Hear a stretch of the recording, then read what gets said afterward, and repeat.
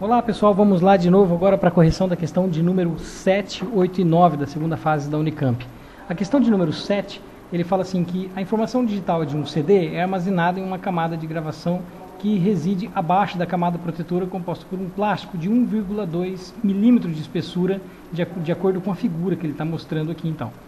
Ele fala, a leitura é feita através de um feixe que passa através de uma lente convergente e da camada protetora para ser focalizado na camada de gravação, conforme está na figura abaixo. Nessa configuração, a área coberta pelo feixe da superfície do CD é relativamente grande, reproduzindo distúrbios causados pelos riscos na superfície. Assim que ele conta toda uma história da gravação de um CD. O importante está aqui. Considere que no material da camada de proteção tem índice de refração 1,5 e que o ângulo de incidência é 30 graus em relação ao eixo normal à superfície do CD. Usando a lei de Snell, que é N1 seno de θ1 igual a N2 seno de θ2, lembrando que θ1 é o ângulo de incidência, θ2 é o ângulo de refração e os N são os índices de refração, calcule o R do feixe na superfície do CD. Olha só na figura, então, ele te dá a distância R, considerando então o R nesse ponto de entrada do feixe de luz que ele está aqui. Ele quer que você calcule qual é essa distância R.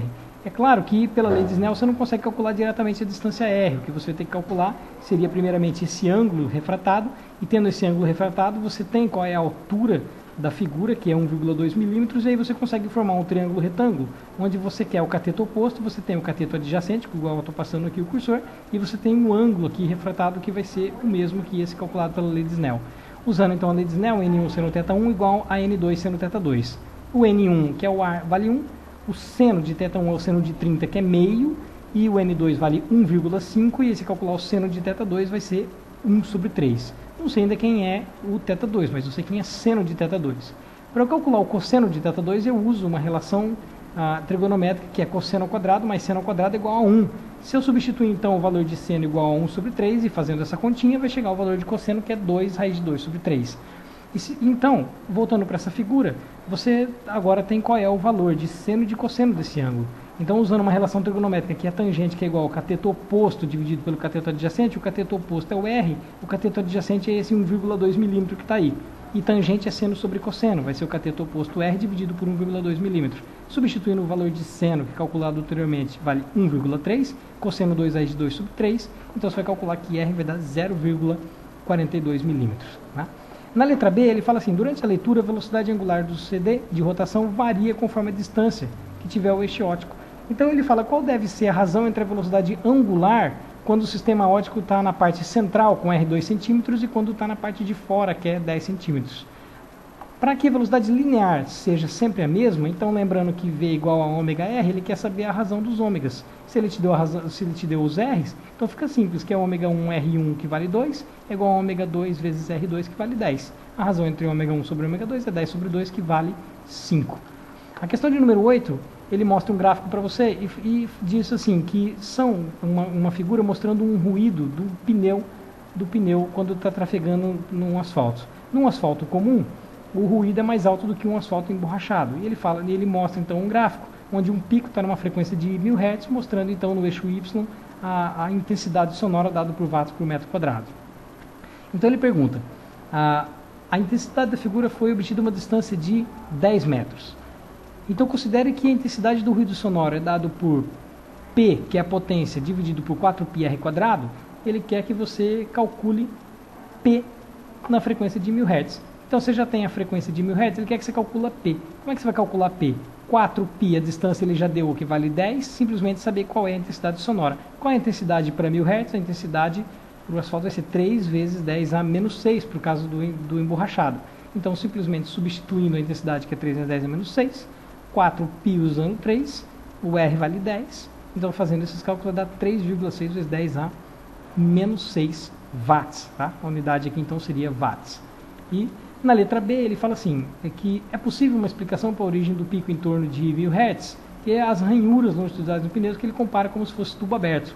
Mas não precisa saber as equações de tubo aberto. Ele fala assim que o modo de vibração em torno do tubo aberto, o fundamental, ocorre quando o comprimento de onda é o dobro do comprimento do tubo. Então veja, o comprimento de onda lambda seria 2 vezes o comprimento L do tubo. Considere que a frequência fundamental seja 1000 Hz, qual deve ser o comprimento do tubo? Lembrando que a velocidade é 340 metros por segundo.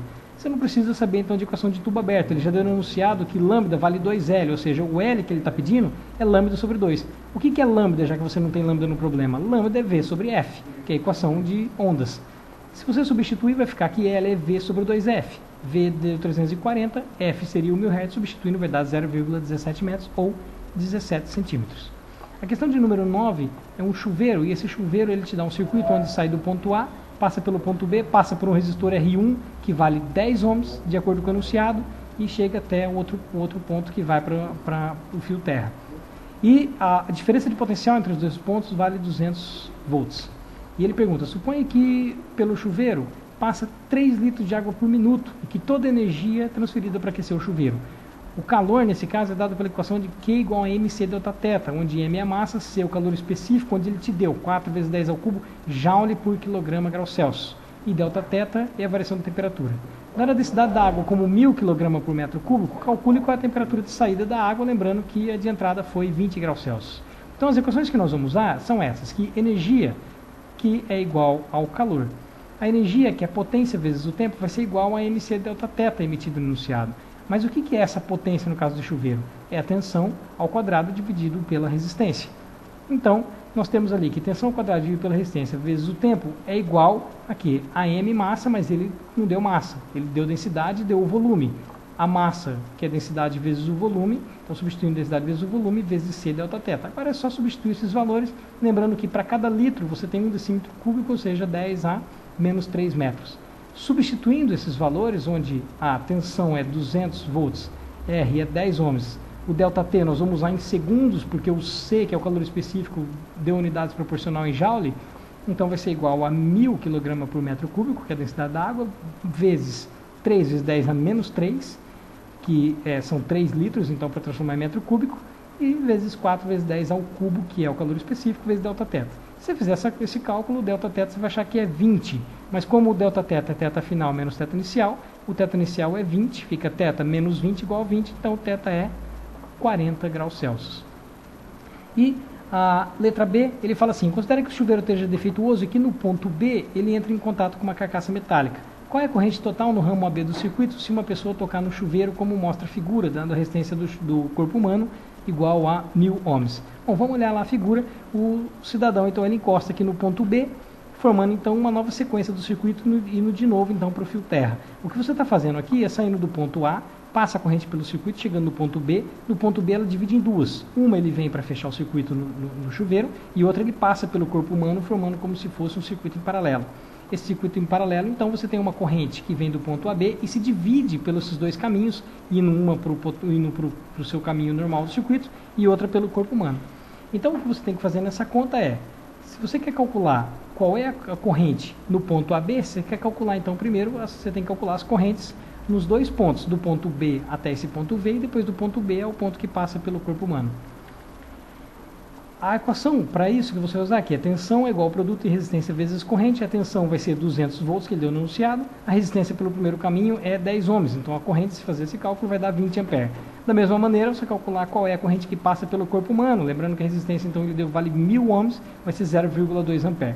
O que você tem é 20 amperes indo por um caminho e 0,2 indo para o outro. De onde que veio isso? Porque os dois vieram somados do ponto AB. Então, no ponto AB a corrente vai ser 20,2 amperes. Então, com isso, terminamos mais um bloco. Daqui a pouco a gente volta para mais.